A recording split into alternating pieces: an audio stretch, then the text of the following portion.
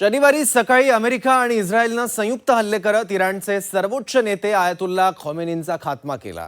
मात्र खामेनींची माहिती इस्रायलला कोणी दिली? खामेनी सुरक्षित स्थळी असताना सुद्धा इस्रायल त्यांच्यापर्यंत कसा पोहोचला?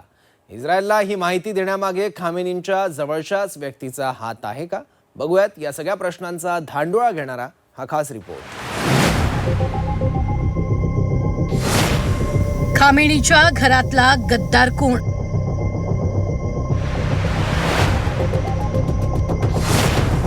आयातुल्ला खामेनीचा मृत्यू कुणामुळे?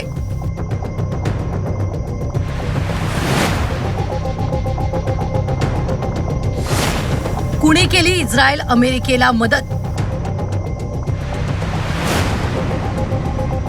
इराणचे सर्वोच्च नेते आयातुल्ला खामेनीचा इस्रायलनं शनिवारी खात्मा केला। शनिवारी सकाळी खामेनीच्या घरावर 30 बॉम्ब टाकत इस्रायलनं खामेनीचं घर उद्ध्वस्त केलं। दरम्यान या हल्ल्यात खामेनीचा मृत्यू झाला। मात्र यानंतर खामेनीचा घरभेदी कोण आहे असा प्रश्न उपस्थित होतोय, कारण इस्रायल आणि इराणमध्ये युद्ध पेटल्यानंतर खामेनी हे सुरक्षित स्थळीच होते। ते कोणत्या ठिकाणी आहेत याची माहिती इस्रायलकडे नव्हती। मात्र खामेनीच्या जवळचाच गद्दार निघाल्याची चर्चा आता सुरू झाली आहे। त्या गद्दारानं दिलेल्या माहितीनंतरच इस्रायलनं हल्ला करत खामेनीचा खात्मा केला। खामेनी हे सुरक्षा परिषदेचे सल्लागार अली शमखानी आणि IRGCचे प्रमुख मोहम्मद पाकपूर यांच्यासोबत बैठक घेत होते। इस्रायल स्थानिक वृत्तवाहिनीनुसार गुप्तचर यंत्रणा बराच काळ अली शमखानी यांच्यावर नजर ठेवून होत्या। अली शमखानी हे खामेनींना भेटण्यासाठी त्या सुरक्षित ठिकाणी पोहोचले। त्याच वेळी संयुक्त हवाई हल्ला करण्यात आला। खामेनींना मारण्यासाठी अर्धी रात्र हल्ल्याची रणनीती आखण्यात आली होती। मात्र त्यात बदल करून हल्ला सकाळी करण्यात आला। या हल्ल्यात आयतुल्ला खामेनीसह इतर काही जणांचा मृत्यू झाला। त्यात त्यांच्या कुटुंबातील सदस्याचा समावेश होता। आपण पाहतो की अमेरिकेचं CIA आणि इस्रायलचं मोसाद यांचा इंटेलिजन्स नेटवर्क खूप जबरदस्त आणि भयंकर आहे। आणि यावेळेला असं म्हटलं जात आहे की इंटरनल सबोटाज होता इराणियन लीडरशिपमध्ये। CIA मॉनिटर करत होतं मागच्या जवळजवळ 6 ते 8 महिन्यापासून मुवमेंट्स खामेनीचे कुठे आहेत, काय आहेत।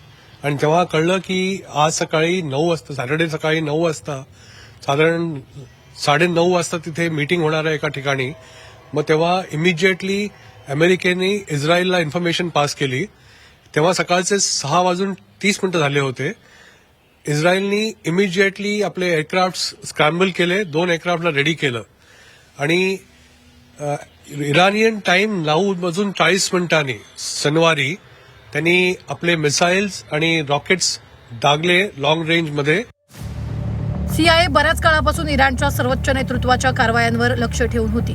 स्थानिक वृत्तवाहिनीच्या मते अमेरिकन आणि इस्रायली गुप्तचर अधिकाऱ्यांनी खामेनीच्या दैनंदिन दिनचर्येचा बारकाईनं अभ्यास केला, ज्यामध्ये तो कुठे राहत होता, कुणाला भेटला, कसा संवाद साधत होता आणि हल्ल्याचा धोका निर्माण झाल्यास ते कुठे आश्रय घेऊ शकतात या सर्व गोष्टींवर बारीक लक्ष ठेवण्यात आलं। आणि त्यानंतर योग्य प्लॅनिंग करून खामेनी असलेल्या ठिकाणी इस्रायल आणि अमेरिकेनं हल्ले केले आणि या हल्ल्यात त्यांचा मृत्यू झाला। अमेरिका आणि इस्रायलनं 30 शक्तिशाली बॉम्ब खामेनी असलेल्या ठिकाणी डागले। तिथे खूप त्यांच्या गुटामध्ये अनरेस्ट आहे। आपण पाहिलं होतं की 2021 मध्ये तिथल्या फॉरेन मिनिस्टरच्या टेप्स लीक झाल्या होत्या, ज्याच्यामध्ये दिसत होतं की इंटरनल मीटिंगच्या मध्ये आपसामध्ये किती स्ट्राईफ आहे। आणि नंतर काही दिवसांनी तो फॉरेन मिनिस्टर गायब झाला होता। तसंच 2023 मध्ये वेगवेगळे इन्फॉर्मेशन लीक झाले होते। प्रेझेंट इन्फॉर्मेशन पण इंटरनल सबोटाज आहे आणि कोर ग्रुपमध्ये लोकांनी कोणातरी इन्फॉर्मेशन पास केली आहे। पॉसिबली काही दिवसांनी कोणातरी मृत्यू होईल, तेव्हा कळेल की पॉसिबली हा माणूस होता ज्यांनी ही information pass on. Wall Street जर्नलनुसार GBU-28 लेझर गाइडेड पेनेट्रेटर बॉम्बचा वापर हल्ल्यासाठी करण्यात आला। इस्रायलच्या फायटर विमानांनी खामेनीच्या घरावर 30 बॉम्ब टाकले। GBU-28 2268 वजनाचे 30 बॉम्ब खामेनीच्या घरावर टाकण्यात आले। या बॉम्बचा वापर बंकरमध्ये बनवलेल्या सुरक्षित जागांवर हल्ला करण्यासाठी करण्यात येतो।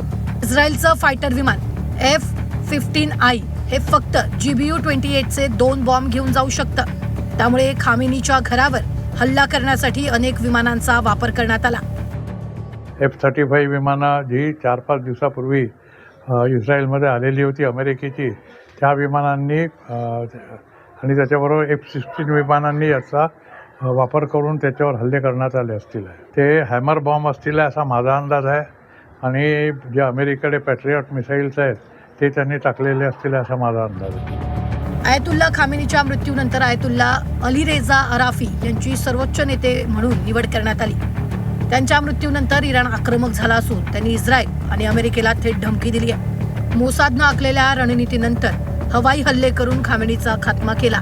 मात्र खामेनीची माहिती देणारा तो कोण हा प्रश्न अद्याप अनुत्तरित आहे. ब्युरो रिपोर्ट झी 24 तास.